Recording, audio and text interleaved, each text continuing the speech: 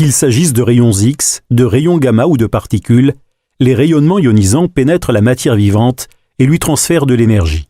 C'est l'énergie absorbée par les organes qu'on appelle la dose qui peut entraîner des effets sur la santé. Elle s'exprime en joules par kilogramme, autrement dit en grès. L'échelle, qui va ici jusqu'à 10 grès, est divisée en très faible dose, moyenne et forte dose. Une dose d'environ 4 grès, soit 280 joules, peut causer le décès d'un homme de 70 kg. C'est très peu en termes d'énergie, puisque cela équivaut à allumer une ampoule de 100 watts pendant 3 secondes ou à boire 3 millilitres de thé à 60 degrés.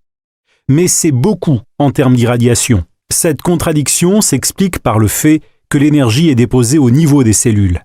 Dans la cellule, le rayonnement dégrade le matériel génétique en cassant la molécule d'ADN. La cellule possède des mécanismes de réparation très performants, mais qui peuvent être dépassés lorsque la quantité d'énergie est trop forte.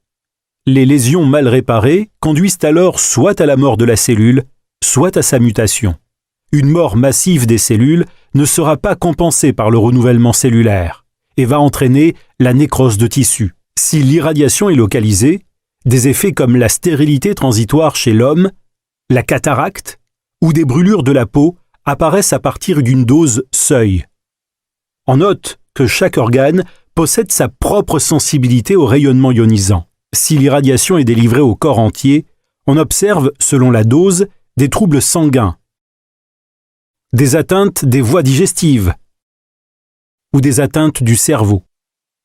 La dose à laquelle se produit le décès de 50% des personnes est d'environ 4 grès en l'absence de traitement. Ces effets sont précoces, à seuil, et leur gravité augmente avec la dose. Au niveau local, par exemple les testicules, une dose de 0,15 grès entraîne une stérilité transitoire et une dose de 6 grès, une stérilité définitive. Ces effets sont appelés déterministes car ils se produisent de manière certaine chez tous les sujets exposés. Les premiers effets déterministes s'observent aux alentours de 0,15 grès. Une cellule qui n'est pas morte mais qui a muté a un avenir incertain. Elle peut être repérée et éliminée par le système immunitaire ou survivre sans conséquence pour l'organisme. Elle peut également se transformer en cellule cancéreuse. Chez un individu exposé, rien ne permet de savoir s'il va développer un cancer. Et dans une population exposée, rien ne permet de savoir quel individu sera atteint.